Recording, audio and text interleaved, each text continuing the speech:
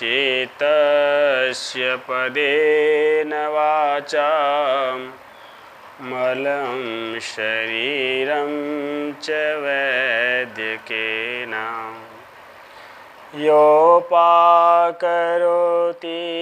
प्रवरं मुनीनां पतञ्जलिं प्राञ्जलिरानतस्मै पतञ्जलिं प्राञ्जलिरानतस्मै।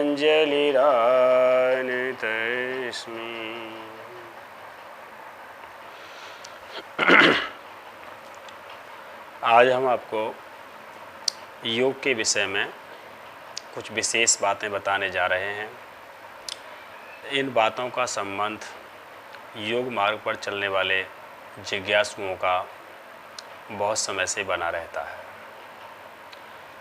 उस विशेष प्रकरण का नाम है कुंडलिनी शक्ति, सरपेंटाइल पावर। देसी विदेशी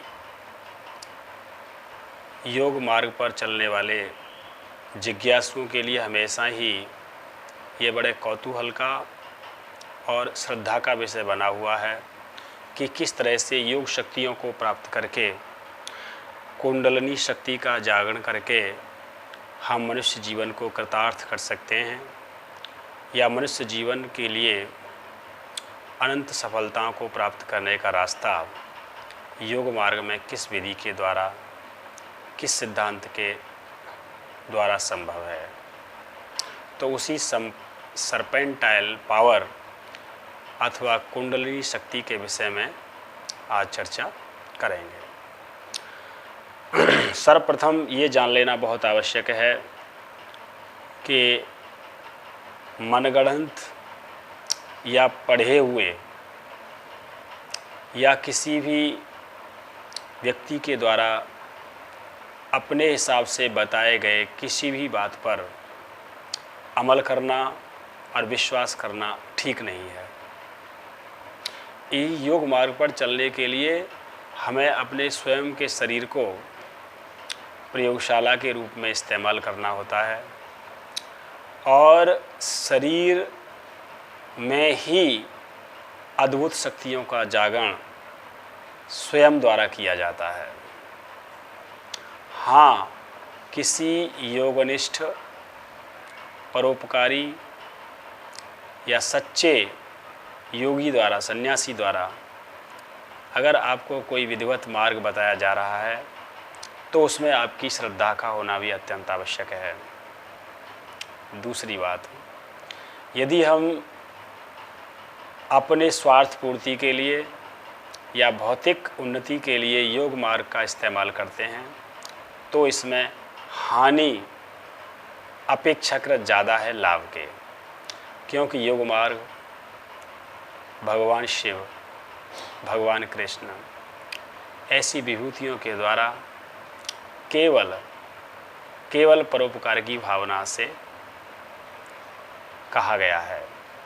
ऐसे ही शास्त्रों में विद्वानों ने भी यही अभिमत व्यक्त किया है कि योग के द्वारा प्राप्त शक्तियों का इस्तेमाल केवल परोपकार के लिए ही या मानव कल्याण के कार्यों में ही करना उचित होता है, अन्यथा की स्थिति में लाभ की बजाय हानि हो जाती है।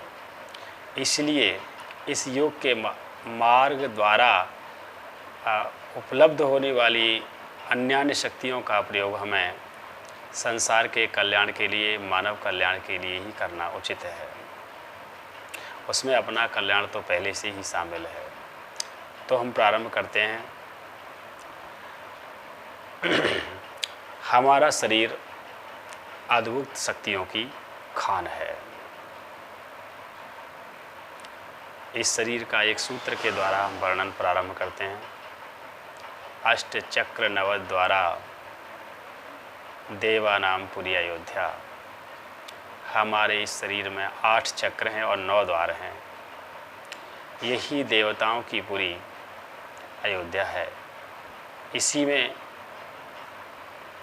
ब्रह्म रूपी भगवान श्री राम, योगीराज भगवान श्री कृष्ण और महाशिव, महायोगी भगवान शिव निवास करते हैं। अष्ट चक्र, 8 चक्र हैं इसमें। हमारे मेरुदंड यानी रीढ़ की हड्डी से अंतिम सिरे से प्रारंभ करके और सबसे ऊपर सिर तक 8 चक्रों का निर्धारण योगियों ने, महात्माओं ने हमारी जिज्ञासाओं को शांत करने के लिए अपने प्रयोगों के द्वारा स्वयं के शरीर पर प्रैक्टिकल करके निर्धारित किया है। वो 8 चक्र हैं। सबसे पहला मूलाधार चक्र है। मूलाधार चक्र का स्थान उपस्थ और गुदा मार्ग के बीच में रीढ़ की हड्डी के अंतिम सिरे से लगा हुआ बताया गया है और यहीं पर कुंडलिनी शक्ति शिवलिंग के चारों ओर लपेटा मार करके सुप्त अवस्था में बताई गई है, जो सामान्य प्राणियों के लिए अभिमत है। इसके ऊपर स्वाधिष्ठान चक्र होता है और स्वाधिष्ठान के ऊपर होता है मणिपुर चक्र, जो नाभि क्षेत्र में होता है। इसके ऊपर हृदय क्षेत्र में जहाँ वायु का स्थान है वहाँ पाया जाता है अनाहत चक्र और कंठ प्रदेश में होता है विशुद्धि चक्र। इसके बाद हमारी दोनों आँखों के बीच में भ्रू मध्य जिस स्थान को बोलते हैं वहाँ पाया जाता है आज्ञा चक्र और आज्ञा सबसे ऊपर तालू के ऊपर सिर के बिल्कुल बीचा बीच में जिसको तलवा बोलते हैं वहाँ होता है सहस्रार चक्र। इन्हीं के साथ एक चक्र और है अन्यमनस्य चक्र। इस तरह से 8 चक्र हो जाते हैं। इनका संबंध हमारी मेरुदंड से होता है। मेरुदंड से निकलने वाली नर्व्स बहुत ही सूक्ष्म होती हैं और इन चक्रों को हम स्थूल विज्ञान के द्वारा भी अध्ययन वैज्ञानिकों ने किया है और उनके भिन्न भिन्न नाम दिए हैं। सोलर प्लेक्सस से लेकर के अन्य अन्य नाम हैं इसके जिनको विज्ञानियों ने दिया है, लेकिन क्योंकि ये विज्ञान की पकड़ से परे है इसलिए हम केवल अपने स्वयं के अनुभव द्वारा या स्वयं की जिज्ञासा द्वारा, अपनी तितिक्षा के द्वारा ही हम इस मार्ग पर आगे बढ़ सकते हैं। हमें केवल कुछ शास्त्रों, विद्वानों, सन्यासियों की शरण में जाना भी आवश्यक है ताकि हम उसमें कुछ सावधानियों को बरत सकें। 9 द्वार हैं हमारे शरीर के। कानों के द्वार 2, आँखों के 2, नाक के 2, 6 द्वार हो गए। एक मुंह का द्वार है और एक नीचे गुदा मार्ग मल द्वार है। ये 9 द्वार हैं। इन्हीं 9 द्वारों पर 9 शक्तियाँ विराजमान होती हैं और इन्हीं शक्तियों से ये शरीर रूपी अयोध्या चलता है और इसमें ब्रह्म रूपी भगवान राम निवास करते हैं आत्मा के रूप में। हम आगे अपनी मुख्य चर्चा कुंडलिनी शक्ति को प्रारंभ करते हैं। देखिए हमारे शरीर में मेरुदंड से गुजरने वाली एड़ा और पिंगला, वाम नाड़ी और दाएं नाड़ी, इनको गंगा और यमुना भी बोलते हैं। ये दोनों नाड़ियाँ हमारे सहस्रार चक्र से लेकर के और मूलाधार चक्र तक मेरुदंड के बीच में चलती हैं। इनके बीच में है सुषुम्ना नाड़ी। ये भी मेरुदंड के बीच से सहस्रार चक्र से प्रारंभ होकर के मूलाधार चक्र तक चलती है। लेकिन इस नाड़ी का जो निचला हिस्सा है वह सामान्य रूप से बंद रहता है और एक सर्पणी का नाम जिसको दिया गया है वो नाड़ी है। वो नाड़ी जो शिवलिंग है हमारे मूलाधार चक्र में त्रिकोण पर स्थित है, उसी के चारों ओर 3 लपेटा मार के लिपटी हुई है, जो सुषुम्ना नाड़ी के पास अपने आप को सुषुप्त अवस्था में पड़ी हुई पाई जाती है। लेकिन जब हम प्राणायाम, ध्यान इत्यादि के द्वारा और यौगिक क्रिया के द्वारा शरीर को शुद्ध करते हैं, अपने चित्त को पवित्र और निर्मल करते हैं, तो आत्मा के हमेशा संयोग में रहने वाला चित्त ध्यान की सूक्ष्म अवस्थाओं में इन नाड़ियों को देख पाता है और उन ध्यान की अवस्था से ही वो सुषुम्ना नाड़ी में सर्पेंटाइल पावर या कुंडली शक्ति जागृत होकर के सुषुम्ना में प्रवेश करती है और सुषुम्ना में प्रवेश करने के बाद उस नाड़ी के माध्यम से चक्रों का जागरण होता है, अवेकनिंग ऑफ चक्रास। उसमें मूलाधार से लेकर के सहस्रार चक्र तक जब 8 चक्र जग जाते हैं, ऐसी स्थिति में योगी को कृत्यकृत्यता या दिव्यता का अनुभव होता है। उसे भूत भविष्य और वर्तमान की सभी जानकारियाँ हो जाती हैं और वह केवल संसार में कल्याण मार्ग का पोषक होता है। तो योग की इन अद्भुत शक्तियों को केवल कहने और सुनने मात्र से ही हमारा कल्याण नहीं होगा। इसके लिए हमें सकारात्मक रूप से पूरी जिज्ञासा के साथ पवित्र भाव से इस मार्ग पर चलना होगा। इसके लिए हमें अष्टांग योग का अनुशीलन करना होता है। अष्टांग योग महर्षि पतंजलि जी ने जो सूत्र के माध्यम से हमें प्रस्तुत किया है वह है यम नियम आसन प्राणायाम प्रत्याहार धारणा ध्यान समाधि। यम कहते हैं अनुशासन को, और अनुशासन में यम 5 हैं: अहिंसा, सत्य, अस्तेय, ब्रह्मचर्य, अपरिग्रह। अहिंसा, सबसे पहले हमें योग मार्ग पर चलने के लिए अहिंसा के सिद्धांत का पालन करना होता है और यहीं से सत्य प्रारंभ होता है। यानी कि यदि हम मन वचन कर्म से किसी भी प्राणी को, यहाँ तक कि पौधों को भी यदि हम हानि पहुँचाते हैं तो हम योग मार्ग के लायक नहीं हैं। इसलिए अहिंसा का मार्ग यानी हिंसा न करने का मार्ग, किसी को कष्ट न देने का मार्ग हमें सबसे पहले अपने ध्यान में रखना होता है। इसके बाद सत्य का आता है। सत्य दूसरे नंबर पर यम है। यम कहते हैं अनुशासन को, पहले ही बता दिया मैंने। अब हम सत्य किसे कहेंगे? जो घटित हो रहा है, जिसे आप महसूस कर रहे हैं, वही आपकी वाणी में हो, वही आपके कर्मों में हो, यही सत्य है जिससे सभी प्राणियों का कल्याण हो, वो सत्य है। उस सत्य का अनुशीलन करने पर ही आप योग मार्ग पर आगे बढ़ सकते हैं। अस्तेय, अस्तेय कहते हैं चोरी ना करना। हम बिना किसी कर्म के, बिना किसी परिश्रम के किए यदि दूसरे की वस्तुओं पर अपना अधिकार जमाते हैं तो ये चोरी है। इस चोरी से हमारे योग मार्ग पर चलने से बहुत हानि होती है, बहुत पीछे चले जाते हैं। इसलिए भगवान बुद्ध ने तो यहाँ तक कह दिया है कि हम किसी भी प्राणी की अनुमति के बिना, किसी भी व्यक्ति की अनुमति के बिना एक माचिस की तिल्ली को लेने का भी अधिकार नहीं है। तो ये अस्तेय हो गया ब्रह्मचर्य। ब्रह्मचर्य कहते हैं इंद्रिय संयम। यदि हम अपनी इंद्रियों पर पूर्ण संयम लिए हुए हैं, हमें किसी भी प्रकार की वासना से रहित हमारा चित्त हो चुका है, हम पूर्ण रूप से अपने आप को ईश्वर के लिए समर्पित कर चुके हैं, ईश्वर प्रणिधान के माध्यम से हमारा ध्येय विषय केवल ईश्वर रह गया है, अन्य विषयों में अन्य इच्छाओं से हमारा चित्त या मन दूर हो चुका है, हम सुने और देखे गए किसी भी विषय में किसी प्रकार की आसक्ति यदि हमारी नहीं है, तो ही हम योग मार्ग के अधिकारी हैं। कई बार हम लोग आधे अधूरे मन से योग का अनुष्ठान करना प्रारंभ कर देते हैं, लेकिन ये आपको असफलता में ही जाकर के ढकेल देता है। तो हमें पहले अपने आप को यमों के द्वारा शुद्ध करना होता है। अपरिग्रह, अपरिग्रह कहते हैं आवश्यकता से अधिक वस्तुओं का संग्रह न करना।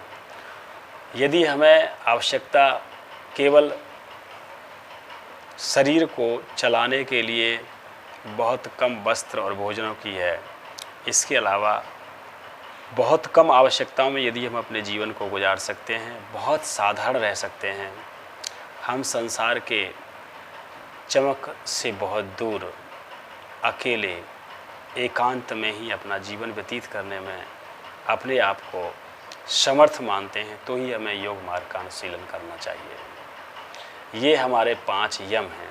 इसके बाद 5 नियम हैं। वो हैं शौच, संतोष, तप, स्वाध्याय और ईश्वर प्रणिधान। शौच कहते हैं सफाई को। हमें पहले प्राणायाम इत्यादि के द्वारा, आसनों के द्वारा अपने शरीर की शुद्धि करनी पड़ती है, क्योंकि अशुद्ध शरीर में जहाँ मल, विक्षेप और आवरण जो हमारे चित्त में लगे हुए हैं, अगर वो साफ नहीं हैं तो ध्यान आदि की क्रियाएं संपन्न नहीं हो पाती हैं। शरीर में भारीपन, चित्त में चंचलता योग मार्ग में बाधक है। इसलिए हमें शौच को करना होता है। शौच कहते हैं सफाई को। बाहर की सफाई, साफ धुले हुए वस्त्र, स्वच्छ स्थान, शरीर भी शुद्ध होना चाहिए। अंदर की सफाई यानी वाणी द्वारा ओम आदि अक्षरों का नियमित जप करके हम अपनी वाणी को पवित्र करें, मन को पवित्र करें, चित्त को शुद्ध करें और शरीर भी हमारा स्वस्थ और साफ, स्वच्छ हो, पवित्र हो, तभी हम योग मार्ग पर बढ़ने के अधिकारी हैं। संतोष जो है वो पर्याप्त मात्रा में है। हमें परमात्मा ने जो दे दिया है, हमारे कर्मानुष्ठान के माध्यम से जो हमको मिल गया है, वही हमारे लिए सब कुछ है। ये संतोष का भाव हमेशा हमारे मन में लगा रहे तो हमें योग मार्ग पर आगे बढ़ने में सुविधा होगी।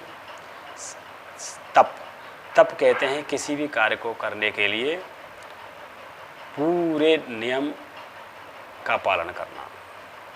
तप का मतलब अग्नि को तपना या कहीं बहुत ज़्यादा शारीरिक कष्ट सहन करना नहीं होता है। सत्य मार्ग पर चलने के लिए जो विघ्न बाधाएं आती हैं उन्हें सहन करना ही तप है। यदि हम गृहस्थी हैं, वानप्रस्थी हैं, सन्यासी हैं, ब्रह्मचारी हैं, किसी भी आश्रम में निवास करने के अपने अपने धर्म होते हैं। यदि हम उन धर्मों का विधिवत पालन कर रहे हैं, नियमानुसार उनको हम अनुसरण कर रहे हैं, तो हम तपस्वी हैं। एक गृहस्थी जो पवित्र कमाई के द्वारा अपने परिवार का पालन करता है वो तपस्वी है। इसी तरह से एक सन्यासी यदि संसार के कल्याण मार्ग पर अपने आप को खपा रहा है, अपने जीवन को जी रहा है, तो वो तपस्वी है। एक वानप्रस्थी भी गृहस्थ और सांसारिक कार्यों में समाज की भलाई के लिए अपने जीवन को लगा रहा है पूरी समर्पणता के साथ, तो वो तपस्वी है।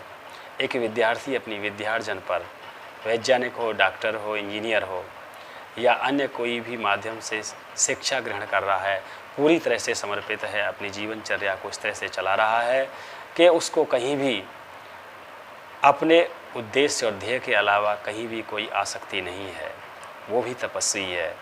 इसलिए अपने धर्म मार्ग पर चलने के लिए जो बाधाएं आती हैं, जो कठिनाई आती हैं, उन्हें सहन करना ही तपस्या है।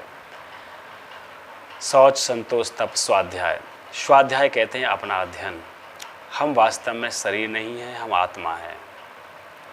इसी बात का शास्त्रों के द्वारा, उपनिषदों के द्वारा, वेदों के द्वारा जो अध्ययन किया जाता है वो स्वाध्याय है। यदि हम अपने वास्तविक स्वरूप आत्मा को समझने के लिए शास्त्रों की, गुरुओं की मदद लेते हैं, इसके अलावा ओम अक्षर और इसमें व्याप्त परमात्मा के स्वरूप का चिंतन निरंतर करते रहते हैं, अपनी आत्मा को जानने की हमारे अंदर तितिक्षा है, जिज्ञासा है और हम ज्ञान में जीने के लिए अपने आप को समर्थ मानते हैं, तो हम स्वाध्याय के माध्यम से उस योग मार्ग पर आगे बढ़ सकते हैं। ईश्वर प्रणिधान। ईश्वर प्रणिधान का तात्पर्य होता है कि हम संसार में केवल परमात्मा को प्राप्त करने के लिए ही अपने समस्त कार्यों को करते हैं। ईश्वर ही हमारा ध्येय विषय रहता है। हम मन, कर्म और वचन से किसी भी प्रकार से केवल और केवल परमात्मा को ही अपने इर्द गिर्द ही नहीं बल्कि हर जगह मान करके उसी की आज्ञानुसार संसार में व्यवहार और बर्ताव करते हैं। ये ईश्वर प्रणिधान है। यम नियम के बाद आता है आसन। स्थिर सुखम आसनम, यानी स्थिरता पूर्वक और आसानी से हम जिस अवस्था में घंटों बैठ सकते हैं उसको आसन बोलते हैं। ये ध्यान आदि के लिए है। इसके अलावा हमारे स्थूल शरीर को शुद्ध करने के लिए और इसको मजबूत करने के लिए अन्य आसनों का विधान किया गया है। वह केवल शरीर को मजबूती और शुद्ध करने के लिए ही है। ताकि किसी प्रकार का व्यवधान हमारे ध्यान धारणा समाधि में न आ पाए। प्राणायाम प्रक्षरदन विधारणाभ्याम, यानी कि सांस को बाहर फेंकना, बाहर धारण करना और अंदर धारण करना, रेचक कुंभक, इन क्रियाओं के द्वारा अथवा अनुलोम विलोम, वस्त्रिका, उज्जाई, बाह्य प्राणायाम, ये अन्य प्राणायाम हैं जिन्हें हम अन्य विषय के माध्यम से आपको बताने का प्रयास करेंगे। लेकिन प्राणायाम का मतलब होता है प्राणों पर नियंत्रण। जब हमारी सांसों पर हमारा पूर्ण नियंत्रण हो जाता है, वो हमारे ध्यान में व्यवधान पैदा नहीं करती है, वो शांत प्रवाहित होती रहती है, तो इसे हम प्राणायाम बोलते हैं। प्राण 5 हैं, प्राण, अपान, समान, व्यान और उदान। इन 5 प्राणों के माध्यम से ही शरीर की क्रियाओं का संचालन होता है। इन प्राणों पर नियंत्रण करने के बाद भी हम प्राणस्य प्राण है, यानी जो प्राण का प्राण आत्मा है और उसका संयोग परमात्मा से है, उसकी ओर चल सकते हैं। इसलिए हमें प्राणों का भी संयमन, नियमन, रेगुलेशन करना होता है। ये प्राणायाम हो गया। प्रत्याहार, प्रत्याहार कहते हैं अपनी इंद्रियों पर संयम करना, यानी हमारी इंद्रियों की जो इच्छाएं होती हैं, आँख की देखने की इच्छा है, कान की सुनने की, नाक की सूंघने की, जीभ की स्वाद लेने की और त्वचा की स्पर्श करने की इच्छा बनी रहती है। इन्हीं इच्छाओं से इन इंद्रियों को विमुख करना, दूर करना, इनके आहार से, इंद्रियों के आहार से इंद्रियों को रोकना, संयमित करना, और ये संभव होता है चित्त पर नियंत्रण करके। योगः चित्तस्य वृत्ति निरोधः, चित्त की वृत्तियों पर संयम करके इंद्रियों का संयम किया जाता है। इंद्रियों को संयम करने से हमें बहुत बड़ी विजय योग मार्ग पर मिल जाती है। इसके पश्चात प्रारंभ होता है प्रत्याहार धारणा, देशबंध चित्तस्य धारणा। यदि हम अपने चित्त को, अपने मन को और प्राणों को किसी एक स्थान पर रोकने का निरंतर अभ्यास करते हैं, वो धारणा कहलाती है। इसको हम 1 या 2 मिनट से प्रारंभ करके और घंटों तक अभ्यास कर सकते हैं। इसके पश्चात ध्यान आ जाता है। तत्र प्रत्येकतानता ध्यानम, वहीं पर प्राण और मन का अन्योन्याश्रित संबंध होता है।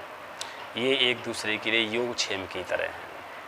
प्राण से ही मन बनता है, इसलिए प्राण और मन को चित्त के माध्यम से संयमित किया जाता है और किसी एक प्रत्यक कहते हैं ज्ञान को, उस ज्ञान अवस्था में जो स्वरूप अवस्था होती है, वहाँ लगातार अपने ध्यान को टिकाए रखना होता है। जिस तरह से एक बर्तन से दूसरे बर्तन में तेल की धार को डाला जाता है, बिल्कुल वैसे ही हमारा चित्त जब शांत एक ही ज्ञान मार्ग में लगातार प्रवाहित होता है, कोई दूसरा ज्ञान उसमें विक्षेप पैदा नहीं करता, यही ध्यान बन जाता है। जब ये ध्यान लगातार परिपक्व अवस्था में पहुंच जाता है तो हम समाधि की अवस्था तक पहुंच जाते हैं। तदैव अर्थमात्र निर्भाषणम स्वरूप शून्यानामेव समाधि। तभी हमको केवल देखे और सुने गए वस्तुओं की स्थूल शरीर की बजाय या स्थूल आकृति की बजाय उनके ज्ञान का आभास मात्र रहता है और अपने आप को शून्य सा महसूस करने लग जाते हैं, वो समाधि की अवस्था है। समाधि की कई प्रकार हैं जो संप्रज्ञा से असंप्रज्ञात की ओर पहुंचा देती हैं। पहले होती है वितर्कानुगत, जिसमें हम स्थूल वस्तुओं की ओर अपनी प्रवृत्ति को लगाते हैं। फिर विचार, स्थूल के पीछे का कारण क्या है, विचार के माध्यम से ये जानने का प्रयास करते हैं। तो वितर्क, विचार, आनंद, जब हमको ये ज्ञान हो जाता है कि इस वस्तु का तात्पर्य ये है, तो हमको आनंद की अनुभूति होती है, ये आनंदानुगत है। इसके पश्चात तो अस्मितानुगत समाधि आती है, जो संप्रज्ञात का ही एक प्रकार है। उसमें हमको ये मालूम पड़ता है कि संसार की समस्त वस्तुओं का मूल कारण एक है, एक ही स्रोत है। उसको संप्रज्ञात समाधि बोलते हैं, उसमें संसार का ज्ञान बना रहता है। इसके पश्चात असंप्रज्ञात समाधियों की अवस्थाएं आती हैं, वो भी वितर्क, विचार, आनंद, अस्मितानुगत से प्रारंभ होकर के असंप्रज्ञात समाधि की अवस्था तक पहुंच जाती हैं। वहीं पर स्वरूप अवस्था आ जाती है, और स्वरूप अवस्था जिसमें गुणों का अत्यंत अभाव हो जाता है, गुणों को उत्पन्न करने वाले कारणों का भी अभाव हो जाता है। हमें अपने मूल स्वरूप आत्मा का साक्षात्कार हो जाता है और वृत्तियाँ शांत हो जाती हैं। यह स्वरूप अवस्था ही योग का मुख्य उद्देश्य होता है। कुंडलिनी जागरण जो मैंने प्रकरण प्रारंभ किया था, उस कुंडलिनी जागरण का भी उद्देश्य यही है कि हम आत्म साक्षात्कार के द्वारा अपने आप को कृतकृत्य कर लें। संसार में हम जीने के लिए अपने आप को इतना समर्थ बना लें कि संसार की कोई बाधा हमें विचलित ना कर सकें। यही योग मार्ग का उद्देश्य है। तो कुंडलिनी शक्ति जो आपको दिव्यता का अनुभव कराती है, ये अष्टांग योग के अनुशीलन के माध्यम से हमें उसको जगाने का प्रयत्न करना चाहिए और उसके लिए हमें किसी साधक, साधन और साध्य, इन तीनों ही चीज़ों पर विशेष ध्यान देना होता है। पूर्ण समर्पण के साथ आप योग मार्ग पर आगे बढ़ेंगे तो अन्यान्य शक्तियों के द्वारा आप रूबरू हो जाएंगे। फिर आपको संसार में जीने का आनंद आएगा। यही आज हम अपनी बात को विराम देते हैं। आप सबने सुना, महसूस किया और मेरी इच्छा है, मेरी भावना है कि आप योग मार्ग को अपना करके ईश्वर से सीधे सीधे जुड़ने का प्रयास करें। किसी कवि ने बहुत अच्छा कह दिया है कि हर जगह मौजूद है लेकिन नज़र आता नहीं, और योग साधन के बिना उसको कोई पाता नहीं। ओ